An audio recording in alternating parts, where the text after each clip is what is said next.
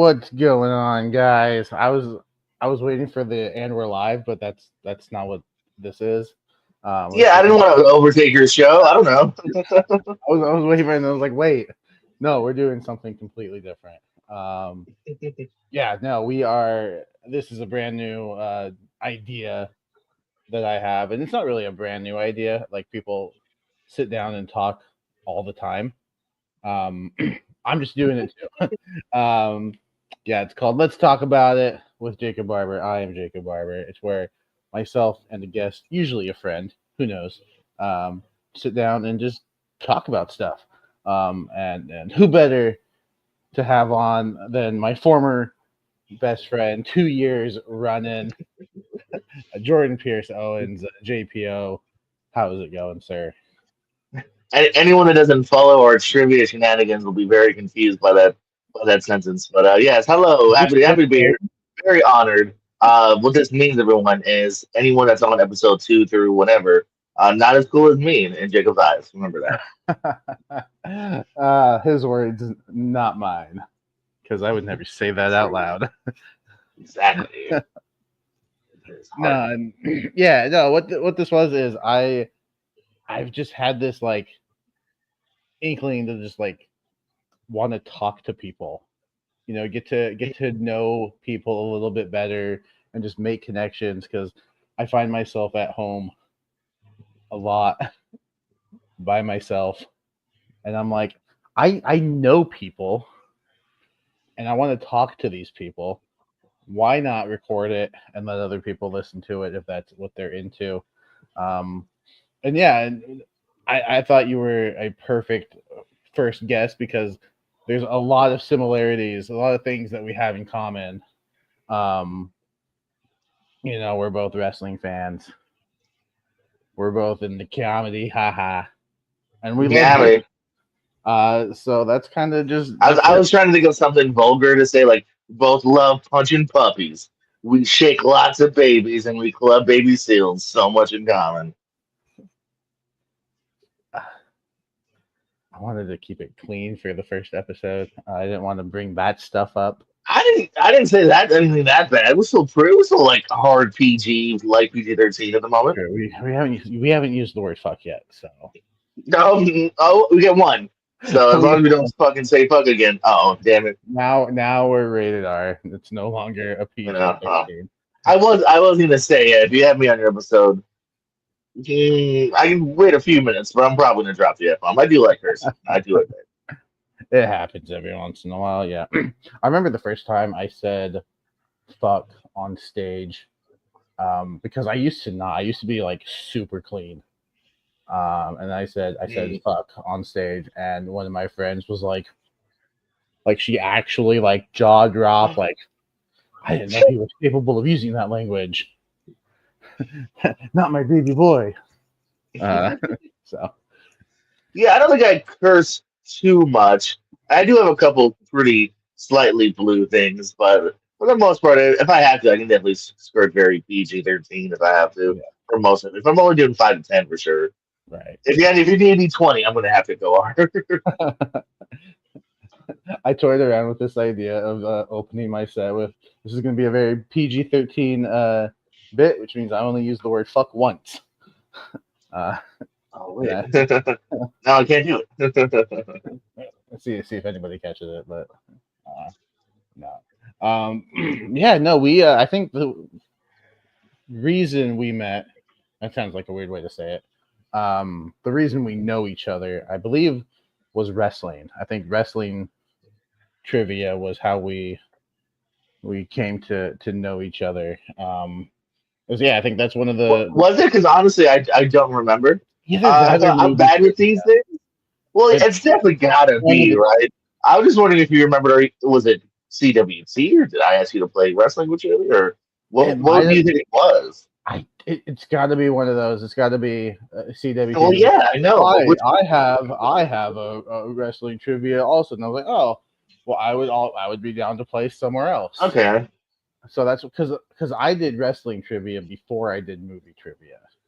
Okay, technically me too. Yeah.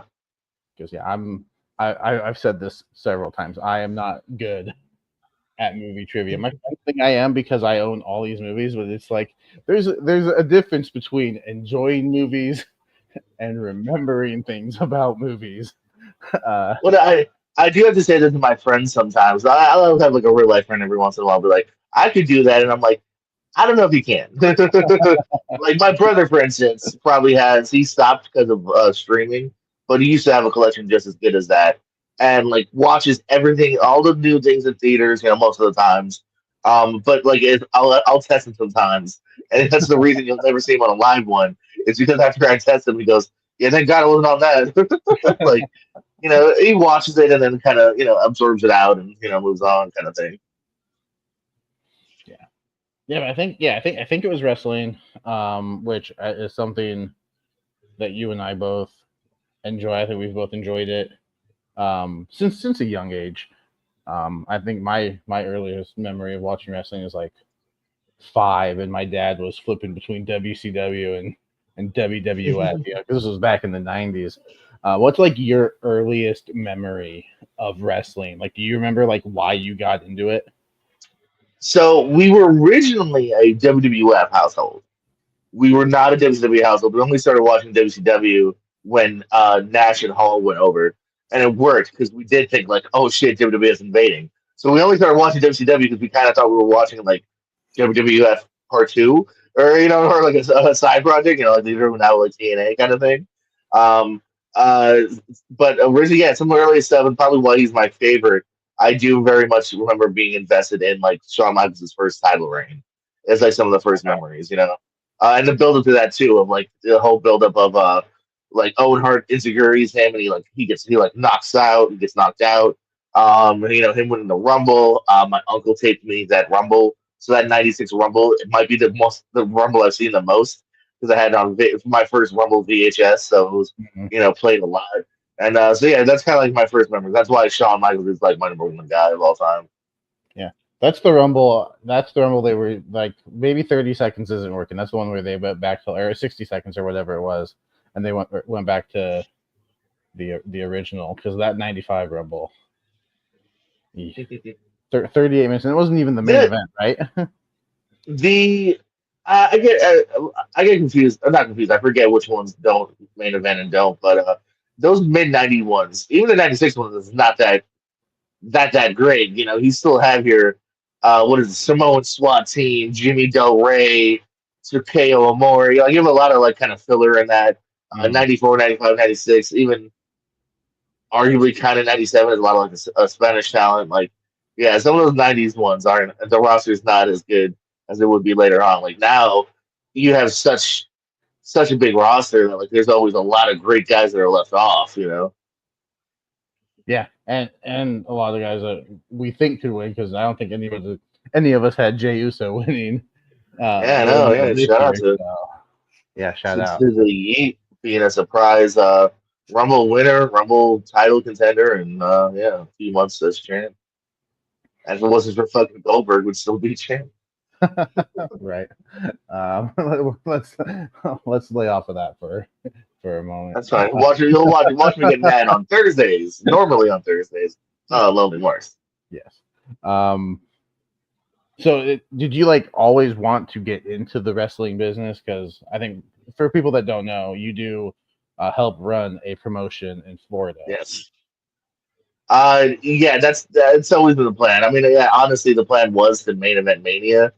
I guess that might not happen. I'm not ruling it out. I will never rule it out until I'm like 50 something. Then I'll go, I now might not main event Mania.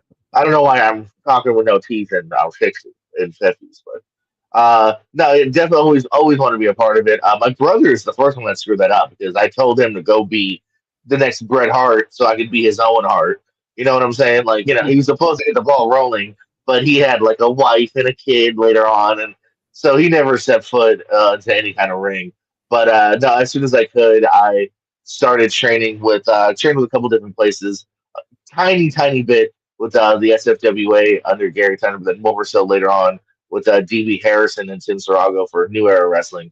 Started training with them. Then later on, even after that, with Steve Scyther at the Crypt, it still runs still today. If you're looking to get trained in Fort Myers, check out the Crypt. And by the time I went to the script is when I kind of was more like, I don't think I'm necessarily going to be a full time wrestler. I'm a bigger guy. I remember having practice matches, and like they weren't, and like I had to, there would be like 5 minute practice matches at minute three. I'm like, let's take it home.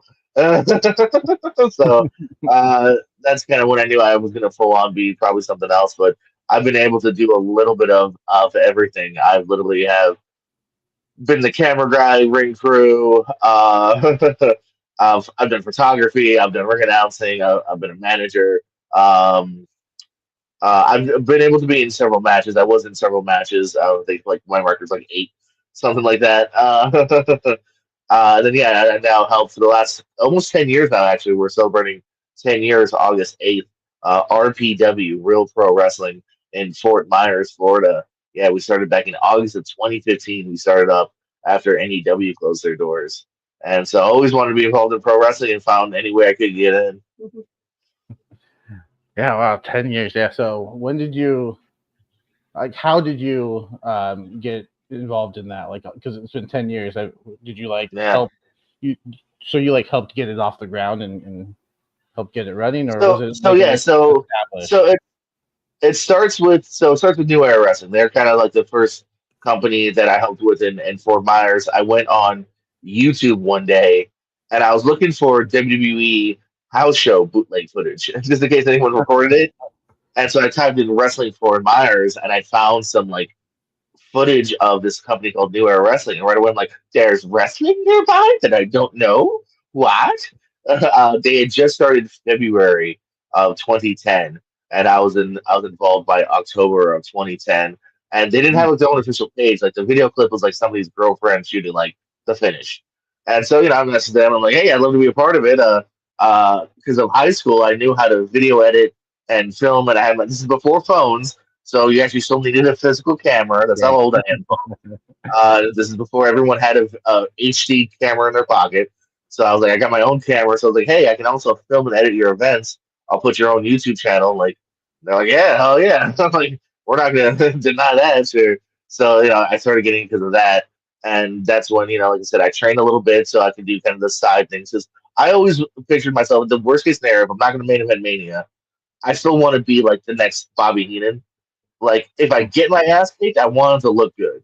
Like, I'm not saying I'm going to win the world title, but I also don't want to be, I want to be capable of doing a gimmick match or at the very least a bump, here and there. And I have been. I've been hit with chairs. I've been dived on many times. I love getting dived on. Like, who's doing a moonsault from the outside? I'm jumping in as in dived on, not doing the moonsault, getting moonsaulted. Uh, so yeah, so New Era Wrestling lasted for about 5 years. Like I said, I worked my way up. I went from camera guy, then they needed a ring announcer one day.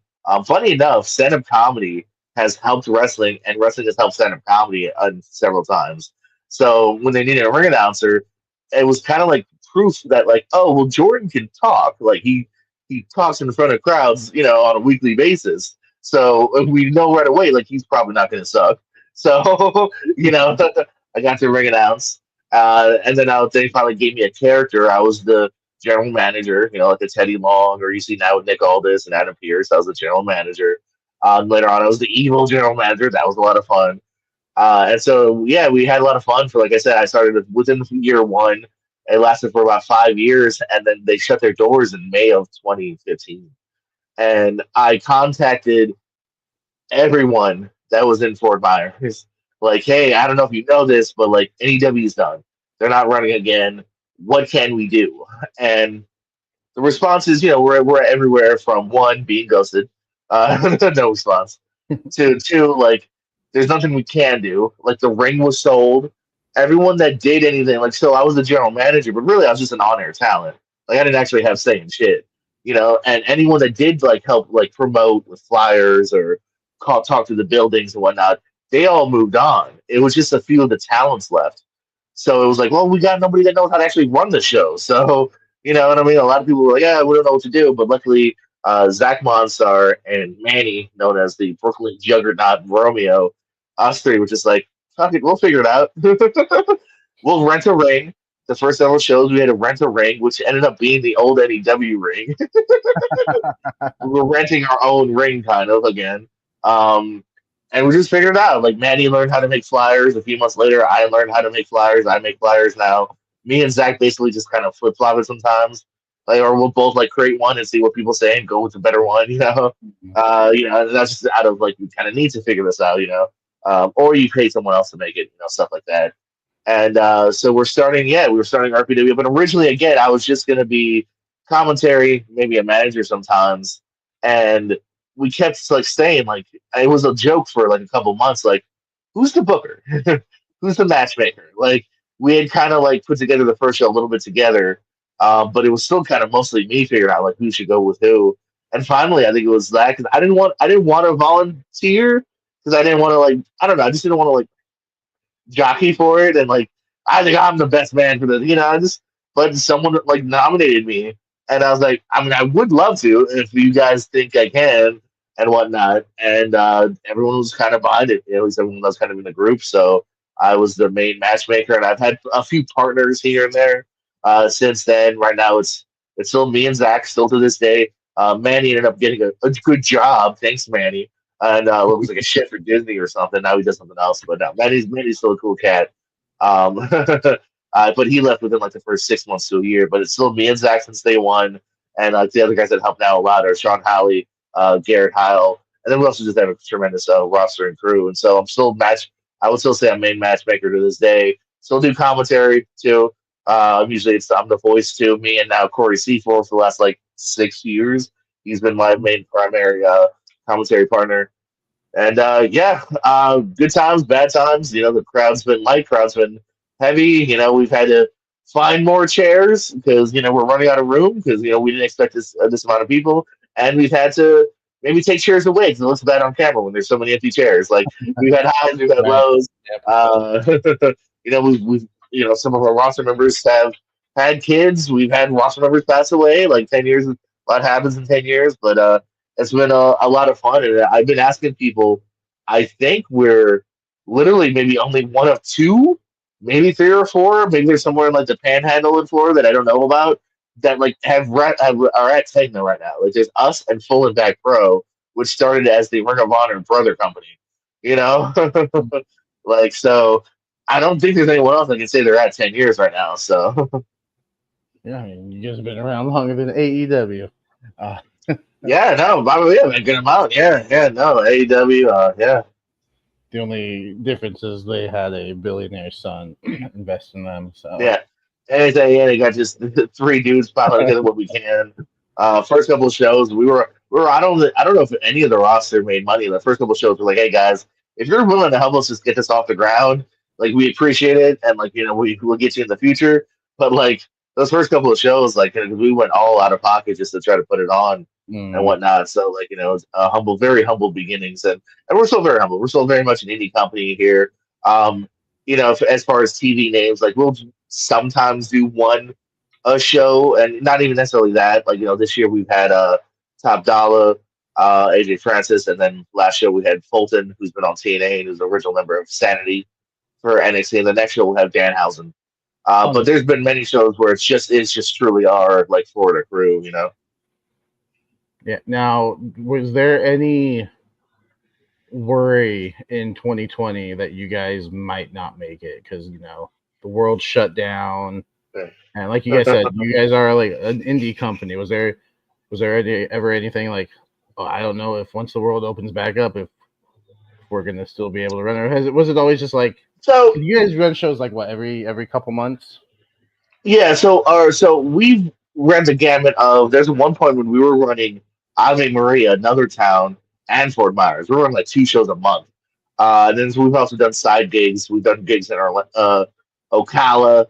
We've done gigs in Punta Gorda. So we've run a couple different cities throughout Florida. Yeah, and we were once a month for the longest time, for the most part. Right now, we are doing the 2 to 3 month thing. We think it actually has kind of helped with draw and attendance. We think it kind of makes it a little more special. Like, hey, if you don't catch us in May, like you're not going to see us in like July, like you know what I mean. So if not August even. For instance, what was it? It was January and then March and then June. So like if March to June, that's 3 months. We were gone. So we are a little bit more of a specialty now, but No, as far as pandemic, I think because we're truly indie, like we don't have contracts. Like unfortunately, if we're not running a show, we're not paying anybody. We're also not losing any money. So the only fear was, like if the world never gets back, then yeah, maybe then. But at least for me, I was always very optimistic of basically figuring we're going to get to where we are now. You know what I mean? Slowly but surely, things are going to open up. Like I didn't necessarily think we're in the apocalypse where this is how we're going to be the rest of our lives. Yeah, I know so it did end some careers. I know some wrestlers did kind of like because they had to slow down did like truly just walk away at the end of the day, like, all right, I mean, I'm kind of used to just doing this now and I'm out of shape now, or whatever the case may be. But no, for us, I think we always knew we'd be back. I mean, we never missed a year. We ran a couple shows, we squeezed out a couple shows in 2020. In fact, we ran March 15th, I remember, of 2020. oh wow, Because I right remember before. literally, because I remember like every day I was calling because it was one of the Comic Con shows we used to do, and I would call the Comic Con promoter and be like, "Are we still on? Are we still on?" And like every the entire weekend because it was on a Sunday, so like Thursday, Friday, Saturday, I was like, "This thing's still happening." I just want to make sure before I tell 30 wrestlers to get in their cars and like come on over. So that was probably the last show I would imagine of 2020. I don't think we ran it by the end of the year, but we were back by 2021. So Nice. Now I know you had a stint in Arizona for a while. yeah, You were still, kind of booking and helping run yeah. Real Pro Wrestling. Were there any challenges with that? Like, was it hard being so many miles away but still yeah. being involved, especially with the time I mean, difference? I was definitely afraid I was gonna like get. I'm trying to get the right word. I did think they were gonna like just end up moving on or choosing somebody else, which I even said too. Like I said to Zach, like when I was moving, I was like, "Hey man, listen, I'm down to do what I still can do from where I am, but if it's just easier, like I'm not gonna be like mad that if you're like because obviously you need somebody kind of hands on. Obviously, a lot of it is prep work beforehand.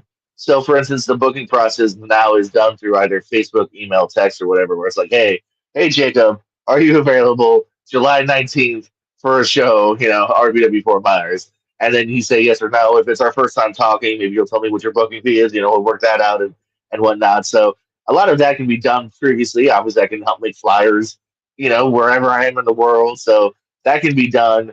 And because of the internet now too, like I'm not attending shows to find like new wrestlers, but at the same time, I can still kind of YouTube a lot of companies and be like, oh, I like that dude.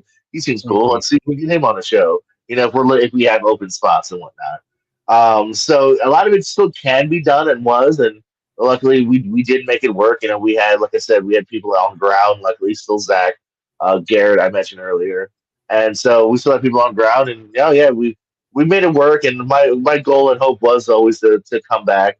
I went for family reasons and whatnot in Arizona, so luckily we made it work. And yeah, like I said, I returned about a little over a year later. Nice. Now, so you mentioned, we're going on 10 years of Yeah. RPW. What's like the one thing that sticks out? Like, what's your favorite memory of RPW in the last 10 years? Or if you can't think of just one, like, what are a few? Like, if you can't just choose. Oh man.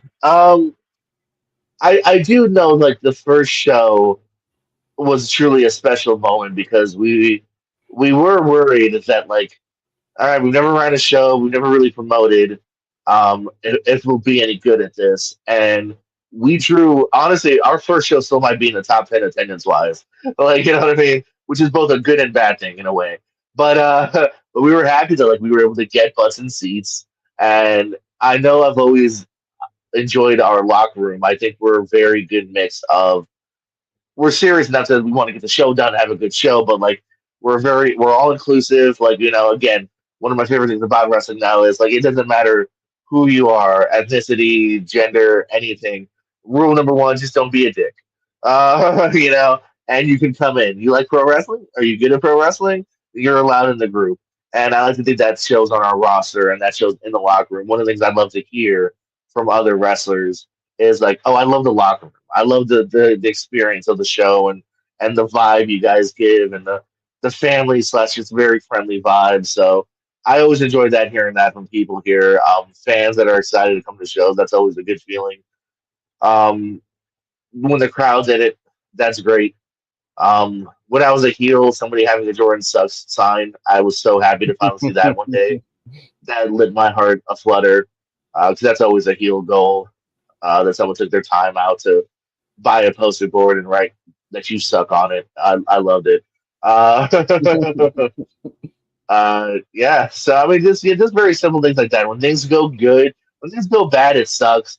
But just like comedy, when it goes good, oh, there's no better feeling. You know what I mean? Like when the crowd's into it from, and we've had very like definitely you said this has been it's definitely been my favorite year in Real Pro out of the last several, maybe, because it's just so far every show has been they have loved it from match one to match seven.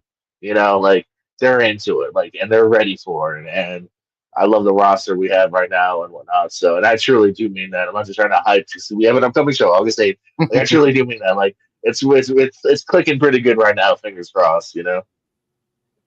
Yeah, my next question was gonna be like, if people attend an RPW show, like Yeah. what can they expect at an RPW Just show? the best that wrestling can bring, man. I mean, we have all walks of life from people that are just starting to some really good veterans that you might not even know. Like one of my favorite people that you'll see on the show is the guy named Sideshow, who's like a Florida legend. And like you know what I mean, like not a household name, but like again, like in comedy, like doesn't mean they're not like fantastic. And you'll see some great up and comers that might be on your TV in a couple years. Like this is where they start. You know what I mean? We've had people that have gone on to sign with TNA and developmental deals and whatnot. And uh, uh, I told you before, like there's somebody we've had people in the crowd that have gone from in the crowd to in the ring, even like that have then gone on to NXT, like that those crazy things. A little bit of everything here, you might see a little bit of hardcore, great wrestling, great female wrestling, tag teams. Like that's what I love about wrestling personally is when you have a little bit of everything, all the flavors of ice cream, if you will. You know what I mean? Like so we do try to have a nice like, oh, this is gonna be your fast paced match. This is gonna be your killer tag teams. We got some great tag teams, the Gifted, Miami Boys, Better Together, Monsters in the Mirror. I can keep going on, and unique talents, all different walks of life too. Like I said, match one's gonna look different from match four to match seven, and yeah, just a great eclectic group of wrestling. And wrestling too is even if you're a lax fan or even if you're not a fan, man, I have never not had someone enjoy their live experience. I have brought multiple friends that are either even to a degree against it. Like I had a buddy James. The reason we became friends is because he came over to me and he goes, "Why is there half naked men on your binder?" This is in the high school, and I had a bunch of wrestling photos on my binder because I was unabashedly a wrestling fan my entire life. And I was just like, "Oh, dude, it's wrestling. It's awesome." And he's like, "Yeah, okay." And like, I'm totally against it. Years later, I finally got him to come to an NXT show, and he's like, I'm fucking fun. You know what I mean? Like wrestling is such a good thing live. And NXT's fun, WWE's fun, but an indie show where you truly can like there's no bad spot in the arena or whatever you want to call it. Mm-hmm. We run at a brewery, you know what I mean? So, there's no bad spot and you can meet them beforehand, after the show. That you really can take it's an up close experience. It's a live action stunt show. It's Fast and the Furious, but you're actually able to tell Vin Diesel you love him or Jason Statham you suck or whatever the case may be. So it's nothing like it live. And, yeah, I think again, we just got a great eclectic roster that has to be seen. Yeah, she'll be there live if you can, and that goes for anywhere, man. I'm a big indie wrestling supporter. I'm sure wherever anyone lives, go check out something local. And it's a Yeah, lot cheaper than WWE, especially now. yeah. I wish there was something more local to me as far as like indie Well, then start your own company, Jacob. I'll rent you a ring. It's going to cost a lot of money, or you might as well just buy one because the rentals at that Florida. point, yeah, Yeah. the shipping and handling or whatever. I don't even know what that would be. Geez, man, that'd be really dumb. Yeah, you really probably could just buy one based on how much it would cost to ship. I would go bankrupt day one. Well, we had to buy a ring, so I can afford no matches. Had to buy them for your you, but would you be consider being an open mic wrestler? You sign up, we'll make the You list. you probably could find a few. You probably could find 3 to 4. You'll pretty fun. They won't necessarily be good matches, but you could probably get like 3 to 4 worth of matches for free. So yeah, so on in addition to wrestling, you also do wrestling trivia. Now, did that just Yes. start as like, hey, I like trivia and I want to ask my friends some questions, like, and then it just turned Yeah. into So what, 400 episodes later, you're it's only 2 something for wrestling. It's like 5 something for okay. movies. So it started in real life, like we'd watch like Mania together or whatever, SummerSlam, any pay per view, and like me and my buddy Justin, aka Wills, Tiny, they've been on the Wrestling One show a lot. Oh, I bet I'm better than you. I bet you're better. You know what I mean? And so we would write questions, and like we would do it like in between matches at pay per views and whatnot. And so when the pandemic started, it was like, oh, well, like, I still want to hang with my buddies, like so just now we gotta do it on stream and let's do a trivia match. 20 questions, nothing crazy. And so yeah, no, it just started from the pandemic just so I could still see my real life friends, and then it was like this is fun. Hey, I got my friend Michael Turner who lives in wherever. He loves wrestling. All right, hey Michael, and then like you said, at some point probably hit you up or and like hey, and then we all of a sudden, you have a roster of people and you're 200, 300 matches in and you have champions and tournaments and whatnot. And I will say too, I also love the Schmodown. So I was like, yeah, we're the wrestling of Schmodown. Nobody's doing it. I also thought I was the first movie trivia league too, to be honest with you. Because I had no idea there was other leagues. I was like, yeah, why am I the only person doing this? And then I found out there was a lot of people doing it. Yeah, because what you had 16-man King of Wrestling with trivia tournament. Was it 16 people? That one, yeah. I mean, we've done And that's 32 in not the past. even Yeah, this year might yeah, have again, been it's not 16. yeah, and it's not even everybody that's played in the league or is active in the league. I say league, but it's like really like you he Yeah, puts out it was you put out a call for, hey, I'm doing a match. Who wants to play? But yeah, yeah. the tournaments have always I been mean, have always I'd say it's a league. Yeah, I mean, I guess I don't know. It depends on how you view a league. I've always thought it was because it's a league of us playing trivia. yeah. Uh, and I do have we do have champions. We don't necessarily have a direct ranking, although we did actually very early on in WWT. Justin did do one time for a little while have like a top 10 ranking and Mhm. whatnot. But like if you get a title shot because either we will do like the random call outs. Like I never announce them usually as title match. Like, hey, you available Tuesday? Then you sign up and all of a sudden it's a title match. It's the champions there. Or then we do I also try to keep the 30-day rule in mind if I can. He hasn't defended in a minute. Let's do a title match and I'll see, if there's a worthy enough challenger, kind of thing. Yeah, it's just it's been fun. I like playing trivia sometimes. I think wrestling more so because I can at least guess my my way into an answer every once in a while. Whereas with movies, I'm like, I have like you'll say a movie title, I'll be like, I don't even know what era this could be. I don't even know what decade this movie could have come out in. I could say Robert Redford, and the answer is Timothy Chalamet. I was way off. um, but no, wrestling trivia is fun. Yeah, I think I've always liked CWT Combat Wrestling trivia. Yeah, shout out to wait, where is he? Chris Cass. Yeah, yeah. Shout out. I do like the new format that I didn't always like it because of the strengths, and it was like I get to show off what I know, but it was just a small part of it. Now he's gotten rid of that, but I do like the changes that he's made. So yeah, go if you're watching, I go mean, check out uh, twitch.tv/Casper. I'll call people out because people abused the straights and Cass got tired of it. That's also true. Yeah, so I get why he did it, but at the same time, I I'm like, want 2017 March through May AJ Styles main events. What? Come on, much more specific than you get, buddy. I want NXT Takeover North American Championship Yeah. matches.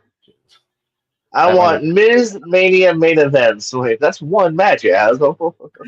I, I want the Undertaker's Intercontinental Championship matches. I would say his run that way you don't get any questions. There were two matches. Hold on. The Rock on the Christmas episode of '98, and I don't know what did he fight Triple H or Hardy? Maybe I don't know. I don't remember. I remember looking it up and remember seeing that there were only two. So I do believe I'm right about the Rock one. I want to say because that's the one of my favorite episodes because that's the Triple H Shawn European title match where like it just ends up being kind of the finger of the doom.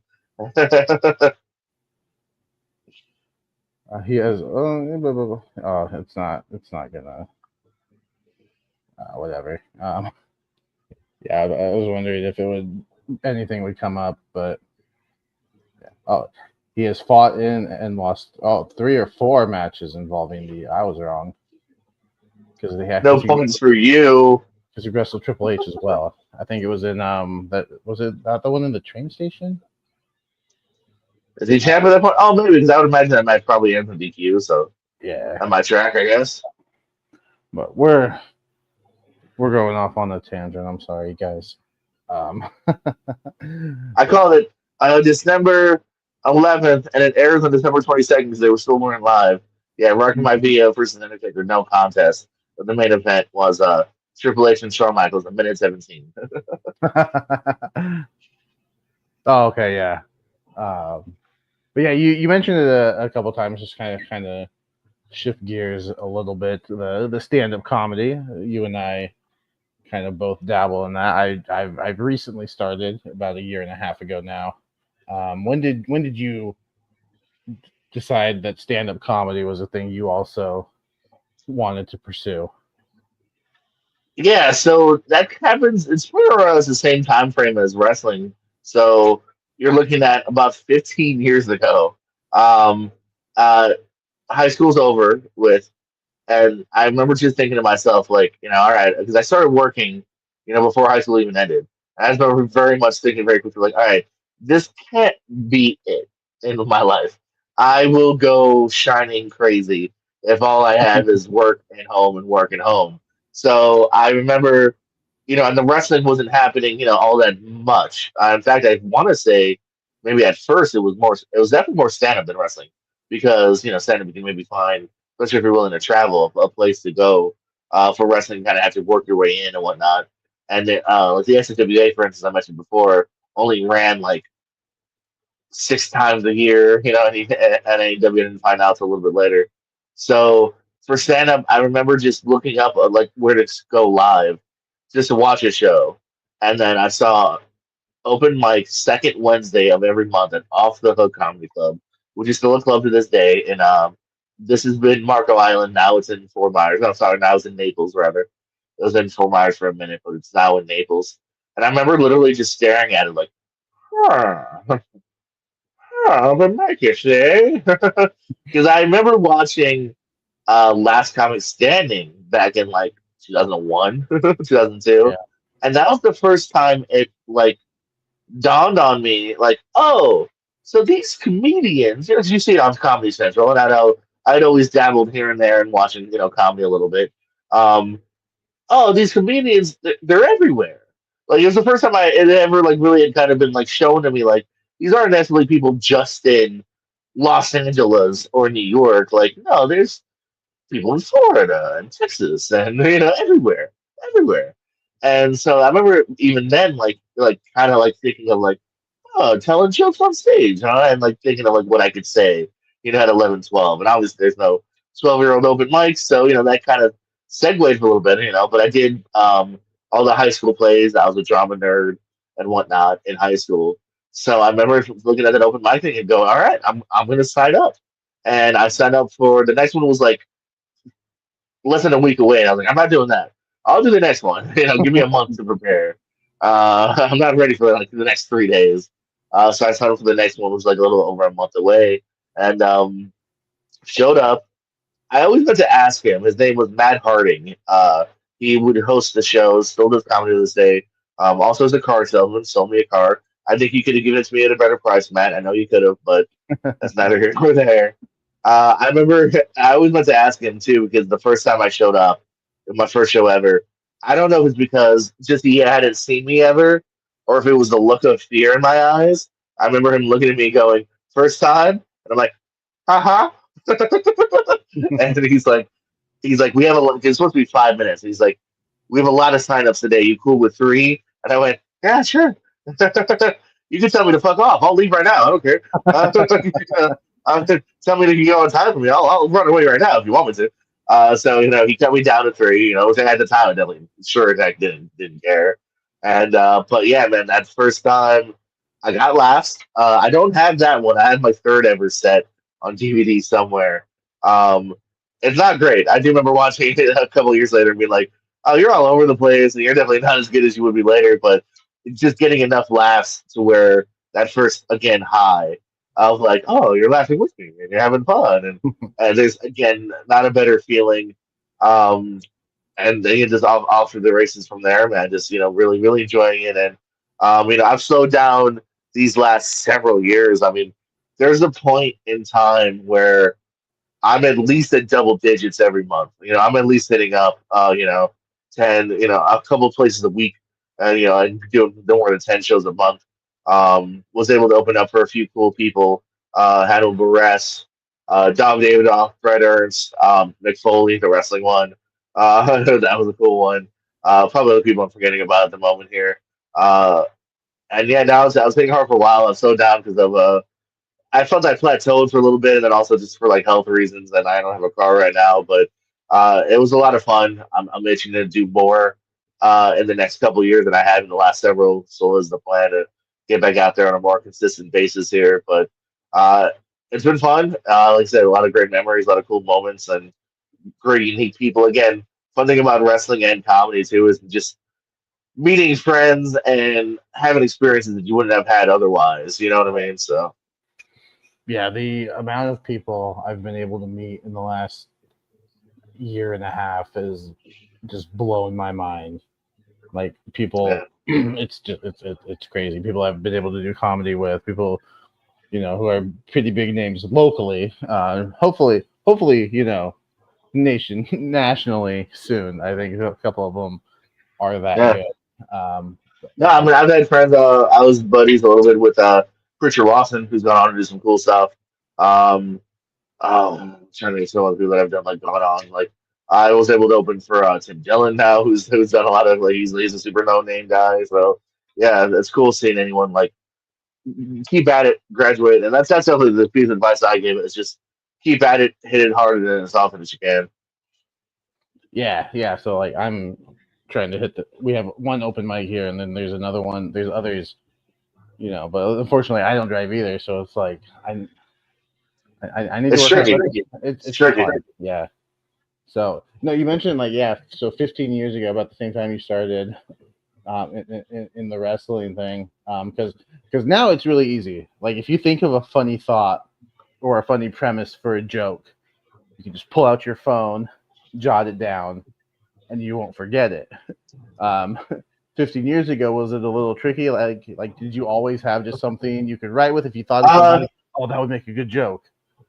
I was definitely nerdy to where even in calendar wise, I would normally carry a little mini calendar to remember like different things I was doing. And for jokes, I had a little notebook I would carry with me almost everywhere. Now, there's a chance you're gonna lose that son of a bitch, which that sucks. If you like, oh shit, where's that little tiny red notebook I've had for the last? Oh man, I had like an easy, another 10 minutes on that notebook I haven't even done. So that you risk that, but yeah, no, I mean those are things you can do. That's still what is it? Even Kill Tony, he'll throw you a real life, Right. joke book. So it's still a thing to this day.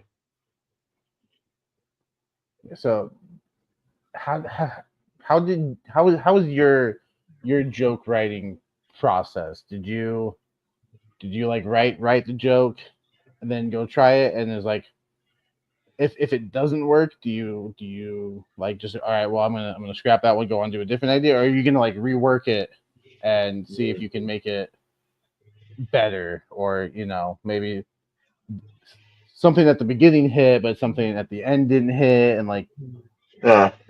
Like, do you rework your Um, jokes or? Yeah, it's for me. It's a mix. I mean, I think if it's the good crowd and like something new just absolutely bombs, I might go, okay, that's a dud. Uh, I mean, like that's a good example of like, okay, maybe I've done jokes where I've done one and done jokes that I've never done again. Usually, I will give it a try though. Sometimes maybe it's your inflection. Maybe like you said, it's your closing line, it's your opening line. Maybe you're. I know I've been in the past. I've been a bit too wordy sometimes too, where they're like, hey, that's fun, but take this out, get to the punch a little bit quicker. There's different ways of attacking a joke. So usually, I think if I think it's a good premise, yeah, give it a couple tries. You know what I mean? Like, don't necessarily go, well, that didn't work in one audience because I've seen the gamut of jokes bombing, doing good, killing. You know what Right, I mean? right. It's the same joke too, even. Right.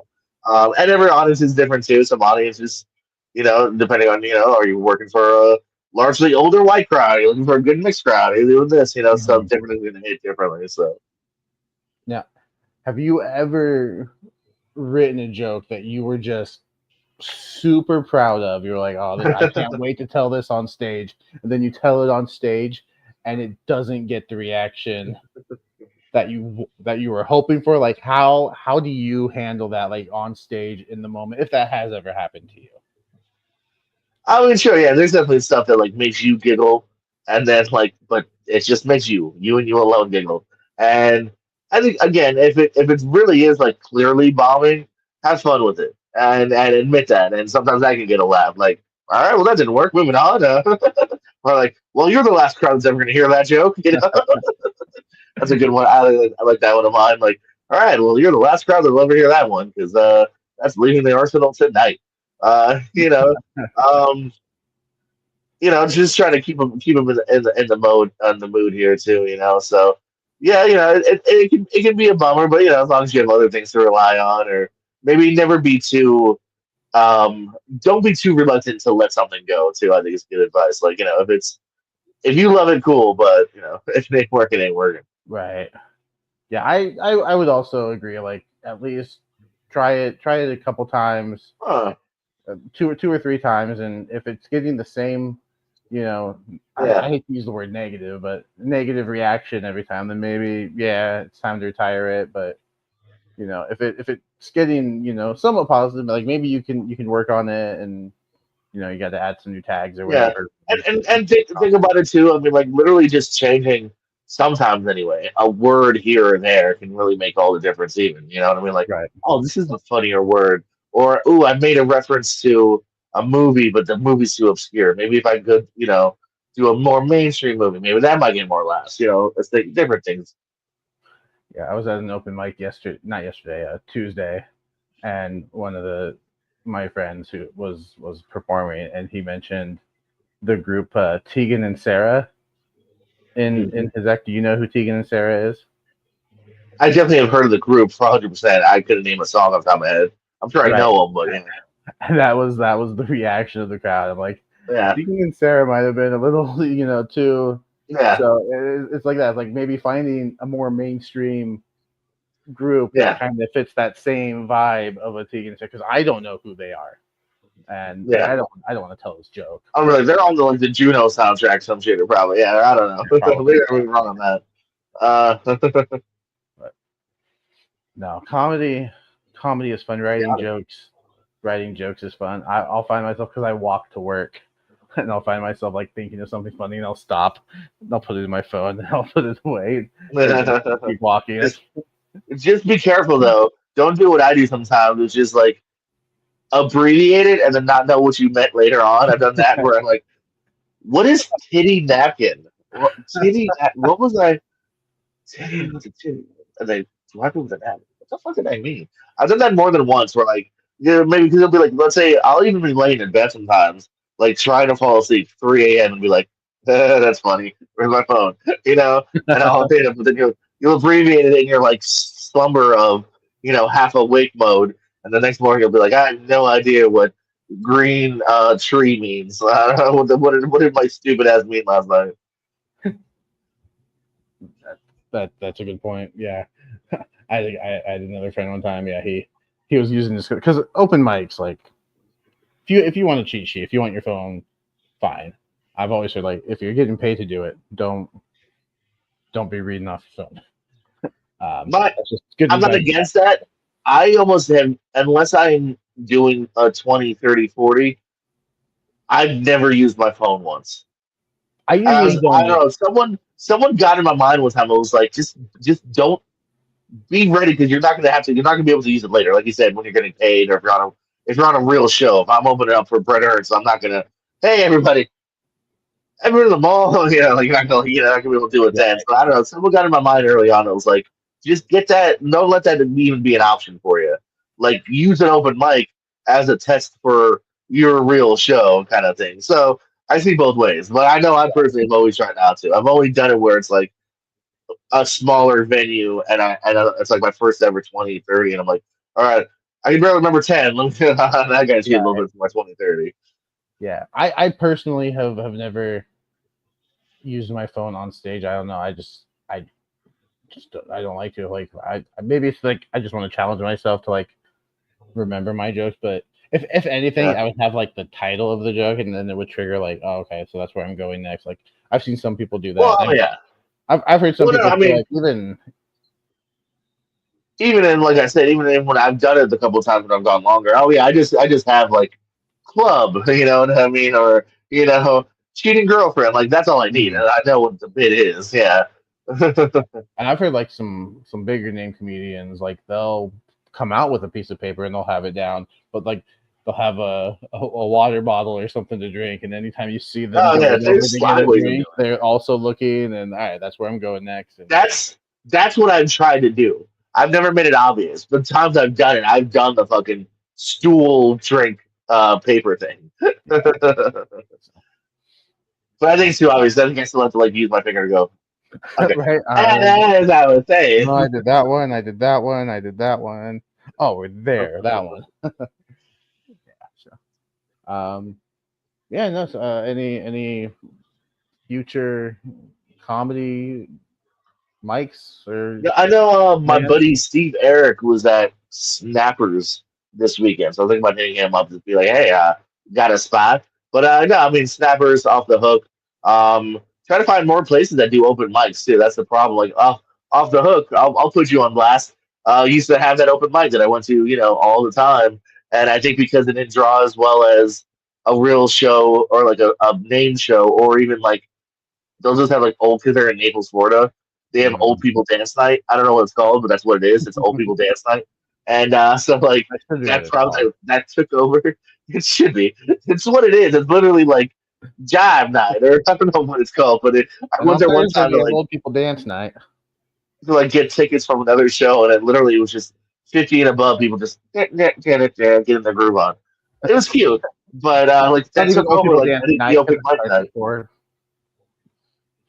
No, they were grinding at 6 o'clock. They were keeping it out. But like that took over like the open mic night. I think you know what I mean because Mhm.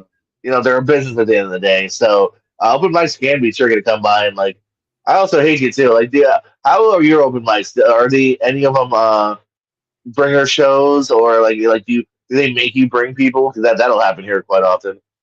No, so not the one, not the venue I perform down here, but the Tacoma Comedy Club will do a Yeah, bringer show every once in a while. So it's like bring 10 people, ten yeah. dollars each, and yeah, they've done a couple of those. I was invited to be on one, but I just the date didn't work out, Yeah, so that and I sucks. know like and those are tough too because like I could probably get every few months a good group of people together, but like I can't get 10 people I think every month to see my shit again.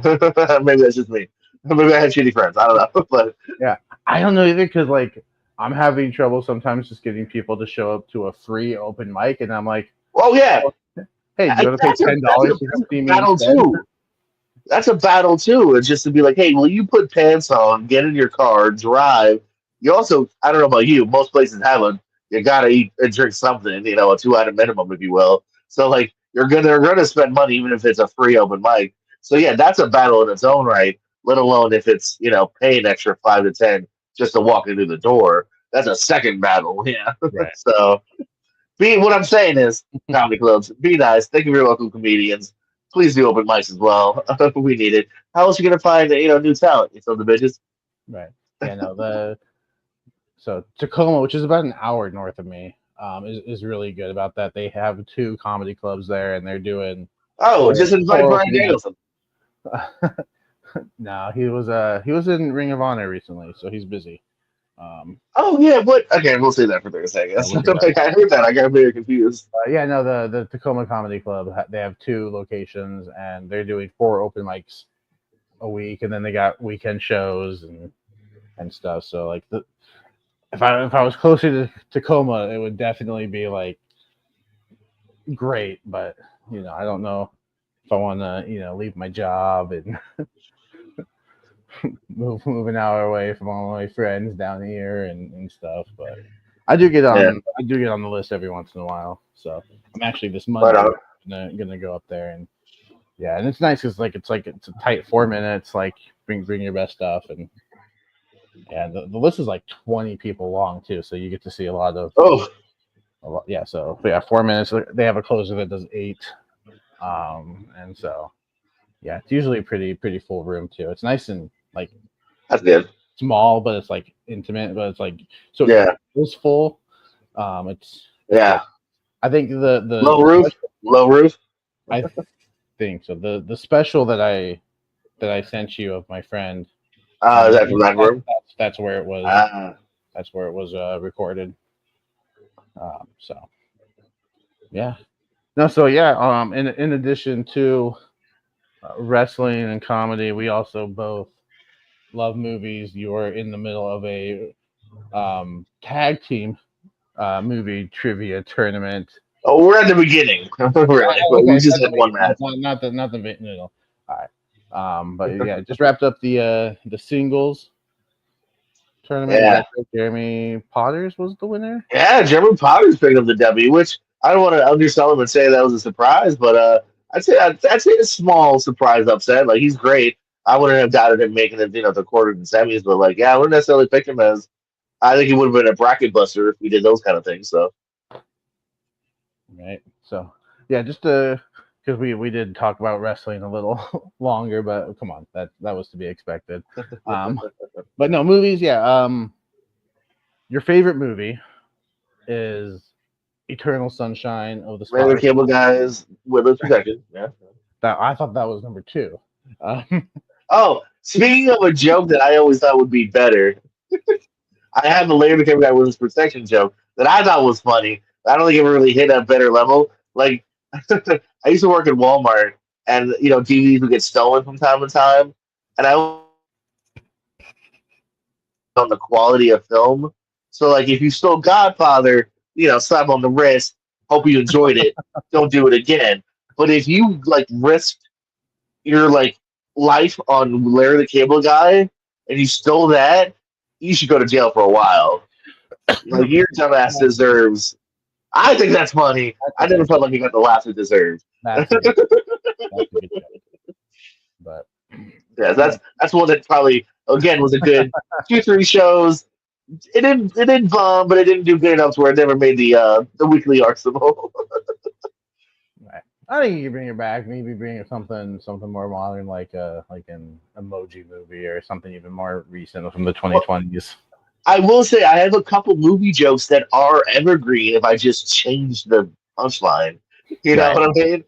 Like I got a couple bits where, and I have a bit so old it started with the first Avengers, like the first Iron Man, Hulk, Thor, Avengers. The punchline be yeah, the Avengers is coming out, and now we're on Avengers, 5 or 6 if Right. you got Thunderbolts, I guess. So like, I understand that's how old that bit is. But again, it's a funny concept. So where as long as I just keep updating it, you know what I mean. I've moved around. What have I said? I've said the Avengers.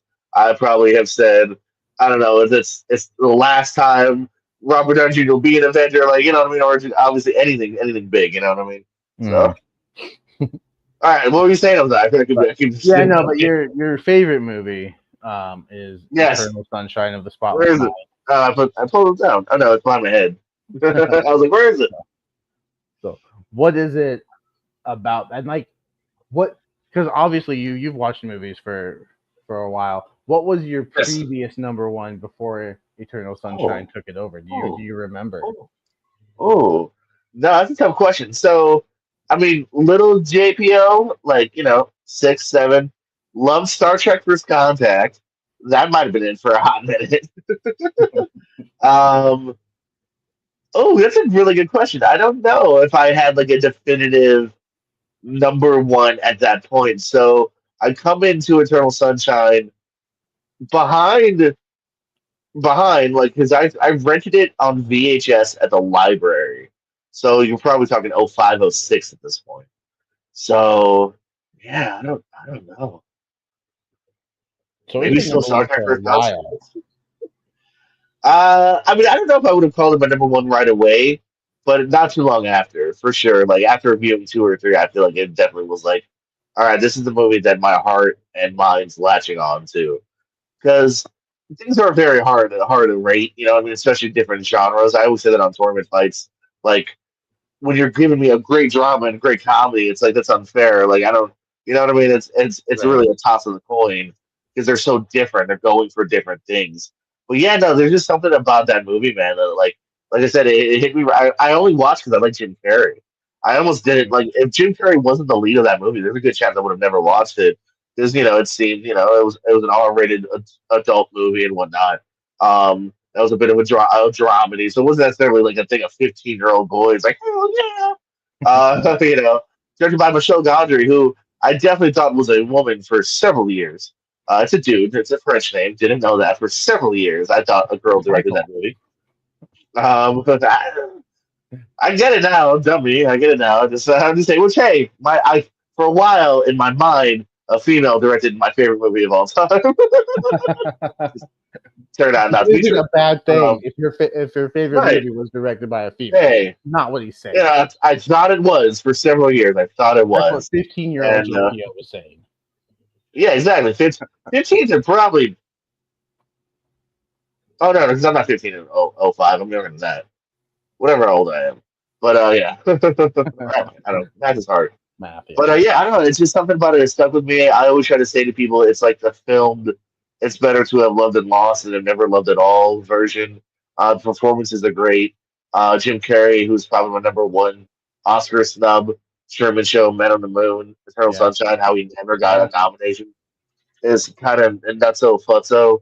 Um, there's small moments here. The screenplay is great. Charlie Kaufman is one of the best screenwriters out there. He did Being John Malkovich. Synecdoche, New York is his first directing movie. Confessions of a Dangerous Mind, Sam Rockwell, I also highly recommend adaptation. So he's a really good and unique writer.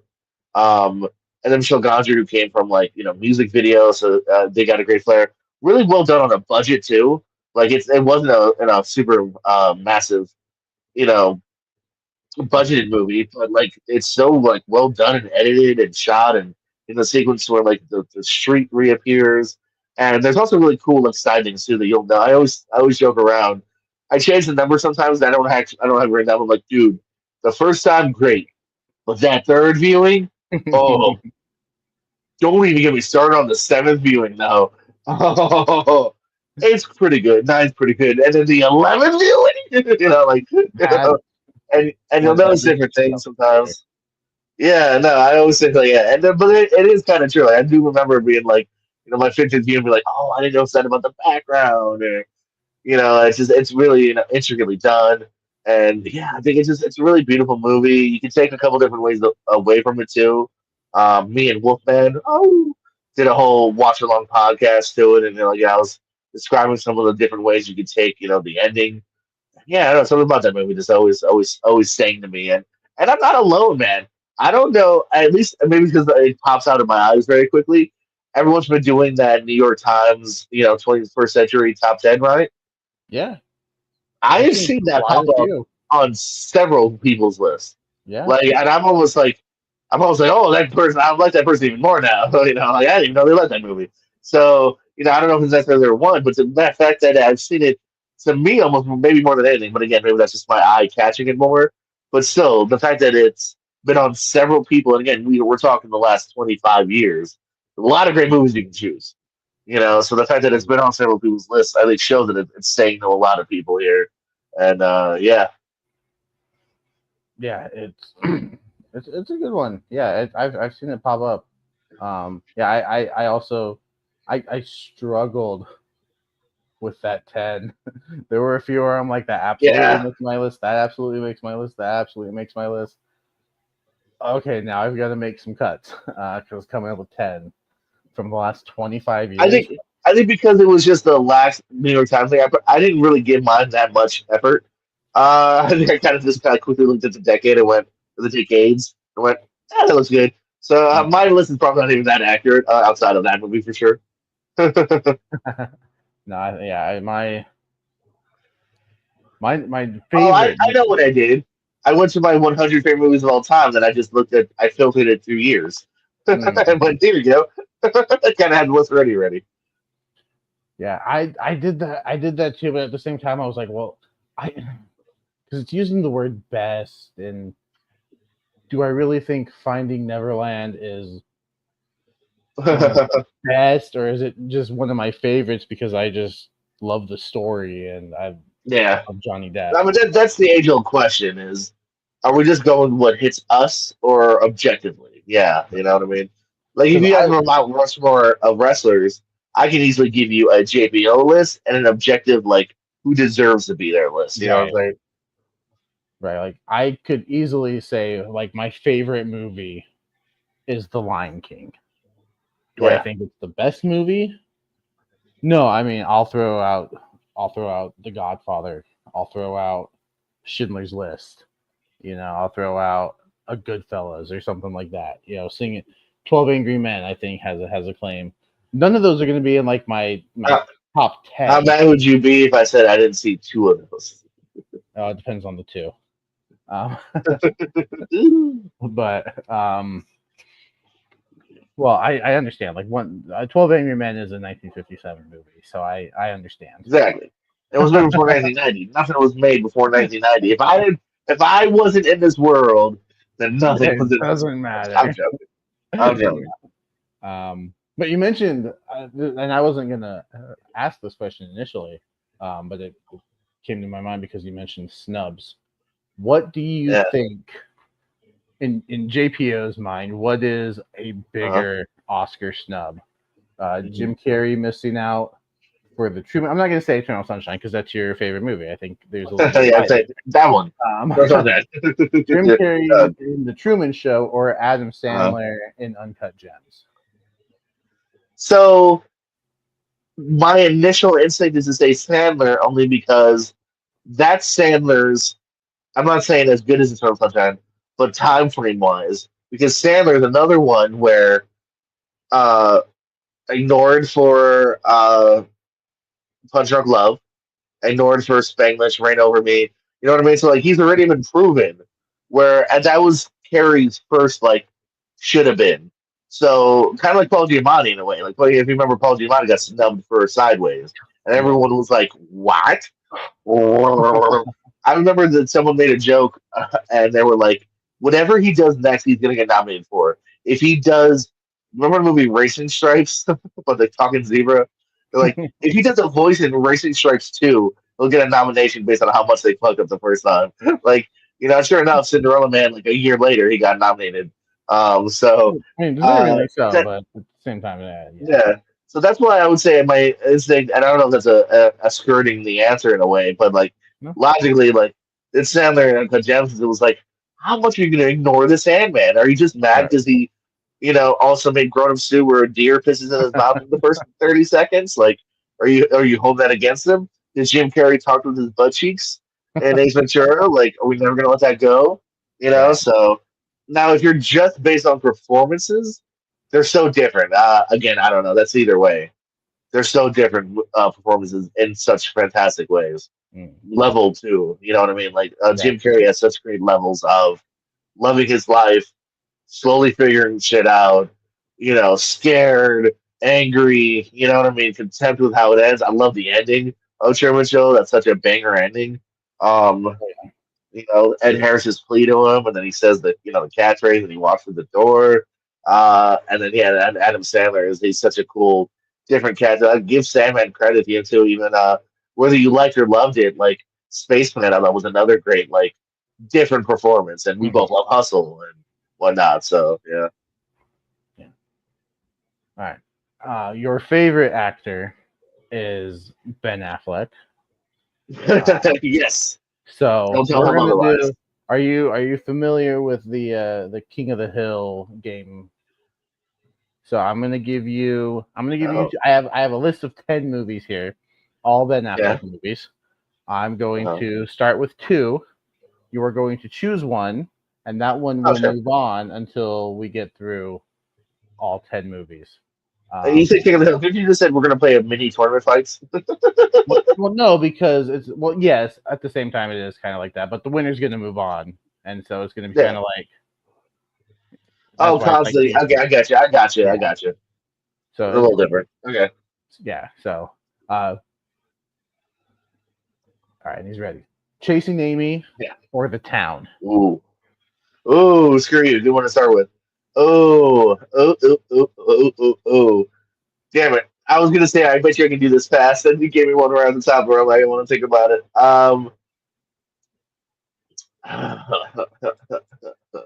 Chasing Amy. I'm not gonna let it lose all the time. So right away, Chasing Amy.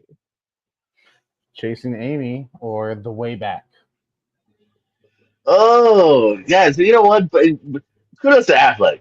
Uh, uh, the way back. I want to give that some love now. The Way Back or The Snub, Accountant. snub. Way back. The Way Back or Gone Girl. Oh, uh, good movie. Good rewatch too. I didn't think it would be, but when you know what's up, it's actually a fun way to see it a second time from different perspective. Actually, so good rewatch too. If you don't think it is. Um, What were we talking about? The way back or Gone Girl. I'm still gonna say, I love Fincher too. Uh, way back, Oh, okay. The Way Back or Argo.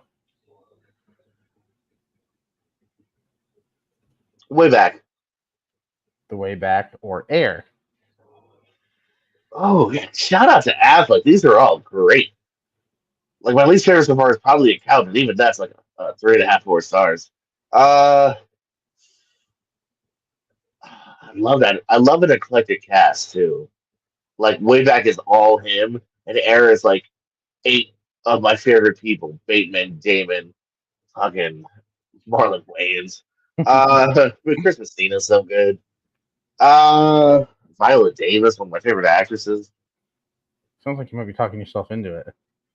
I am though. Like that's my problem with tournament fights sometimes is I start just getting so high on one, I'm almost ignoring my love for the other one. Like it's not fair. Air,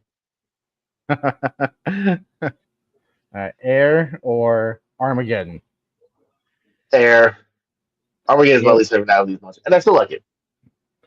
Air or Dogma. I knew Dogma was gonna come. Shit, Dogma. All right, and then the final one, Dogma or Goodwill Hunting.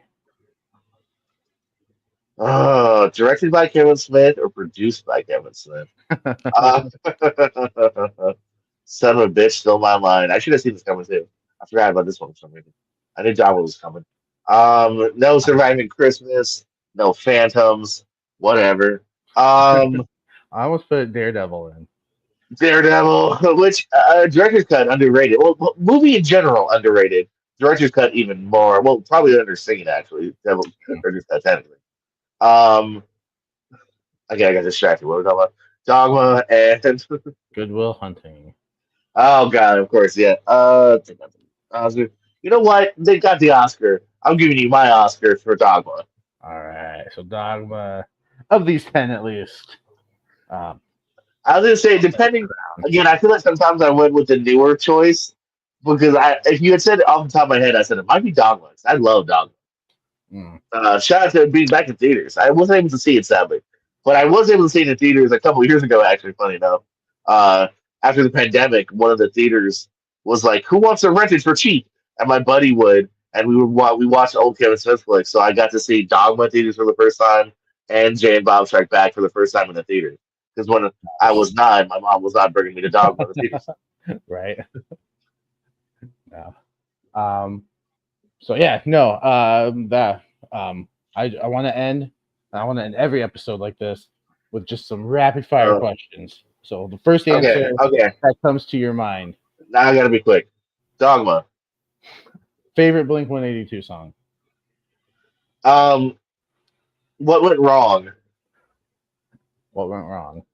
Everything. It's a bonus track on "Take Off Your Pants and Jacket." It's an obscure one, but I don't know why. I think comes to my mind.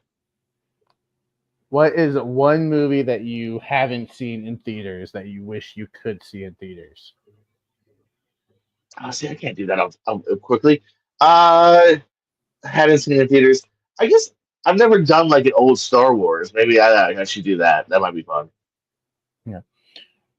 What is the best piece of advice you've ever been given? Oh wow, these are not fair. Fast questions. Because I don't think there's like best advice ever given. The wrong way to phrase it. Well, that's a heavy question for come up with it now. You know, the rapid fire is like favorite color. You know, like I give that to you quickly. Blue, if that's a future question. Mine too. Best advice. My name is Earl. Karma. Do good things will happen. Bam. All right. I mean that too. Actually, I like that advice. If you could have dinner with anyone, dead or alive, who would it be? I mean, can I just do the sad, honest choice? My mom. Yeah. No, so absolutely. Yeah, it's my mom. Absolutely. All right. For those who didn't watch our countdown, your favorite comedian? Who'd I go with actually? Because again, I'm about to change it now. I went with, I believe, John Mulaney. But again, shout out to Bo Burnham, Michael Bailey, so many more. If you could work with any wrestler that is currently working, who would it be? That you haven't worked with before. Weirdly enough, can I choose Paul Heyman? He's been in matches, yes. If not CM Punk. Not Shawn Michaels, although maybe Shawn Michaels now. I think he wasn't great backstage before. Maybe Shawn now, but if not, I would love to like try to create something with Paul or Punk. I think are creative minds. Nice. What is one item on your bucket list? My bucket list. If we're talking like major, long-term bucket list, is I would love to have one more wrestling match. Okay. And finally, if you could go back in time and tell 15-year-old JPO anything, what would you tell him? You don't need the first, let alone the second McChicken. Calm down. Or third, calm your ass, JPO. Because being fat and lazy is fun at first, till you get too fat and too lazy. Then it's not even fun then. I'd shake me like Billy Madison and the Chubby Kid. And then eventually you get, too fat, too lazy, fat and lazy, Tokyo Drift. No. I want to look up the fat kid Billy Madison now. I wonder if he's done anything since. Is that weird? He probably has an IMDb page because everybody does. Well, hey, I have an IMDb page, so yeah. And shout out to Hunter X on Tubi now, and he's got a comments part, so he understand that one. Yeah. What happened? So you put that stuff on that counter. Yeah. You know, I'm a true actor. For weeks, I was going to hardware stores, purchasing items to really find the motivation my character. I think I watched it up until I saw you, and I was like, Oh, that was actually fairly early on, and then I did not finish it. Tuned off. No, You should I've finish watched that a way. lot though. That way you could letterbox it and give it a great score like everyone else has. The scores are great on letterbox. I've been Shout out to slacking. man. I will say, in all fairness, shout out to Jared Brock, the guy that directed that man. A true independent film done from love for somebody who wanted to do his own thing. So I give him a lot of credit. A lot of work was put into that. There's a quick like flash, not a flashback, like a montage sequence, which wasn't meant to be a montage sequence that like we worked days on and weeks on. I remember watching the movie being like, that took fucking 5 days. That was in the movie for 12 seconds. God damn it. A lot of my life kind of got wasted. But that's movie making, baby. So, no, I just want to say that was actually a weird, fun experience, too. That came because of wrestling. One of my wrestling buddies was like, hey, I heard you like movies. And I'm making a movie. Want to help make a movie? I'm like, fuck yeah, I want to help make a movie. Why not? Yeah. No, so yeah, thank you for joining me on this first episode. If you guys No, want, thank you, man. Truly, I appreciate it. It's fun to just kind of chit chat, kind of like loosely, and I hope you have many more too. I like this concept. I'd love to learn more about some of our fellow people in the community. for sure, yes, yeah, not just people in our community. Hopefully, I can get like some of my my my local friends as well. I always feel weird using the term real life friends, even though that's what they are. Like, but because like we are also real friends. Like, even though we've never actually met in person, we've been doing stuff online together for like the last 4 years or so. You know, Maybe it's weird to think about it. I have probably spent not even probably. I've definitely spent more time with you than like my brother and like my real life, as in like physical. I can touch them yeah, friends. right. That's like think about it, as especially us. Like we see each other at bare minimum, usually once a week, unless you're not doing At moving least, yeah. parts. Sometimes twice, sometimes 3 times a week. You know what I mean? And even then, even if we have a week off, it's still at least a couple times a month. Worst case scenario, we're probably seeing each other. So that time adds up. You know, I was thinking the other day, like I probably have heard Kevin Smith's voice more than anyone in my life because of all the podcasts and interviews and Mhm. documentaries that I've seen of his. His voice has definitely been in my ears more than like my favorite human being ever. So yeah, no, we will definitely be doing this again. I don't know who the next guest is going to be, but we'll figure it out. But yeah, we'll be live at least once a week, hopefully. But yeah, make sure you follow JPO in all his endeavors. Follow him on YouTube, the Pierce Wrestling. Subscribe to the Real Pro Wrestling YouTube channel so you can see exclusive matches. And if you are in the Fort Myers area, yeah, August 8th, they are running their 10th anniversary show. So go support that. If you're not in Heck Florida, yeah. support your local indie fed or your local Yeah. open mic. Support the arts, please. People giving up their time. It takes guts to get up on that stage or get in that ring and perform for people. So again, yes, JPO, thank you for joining me.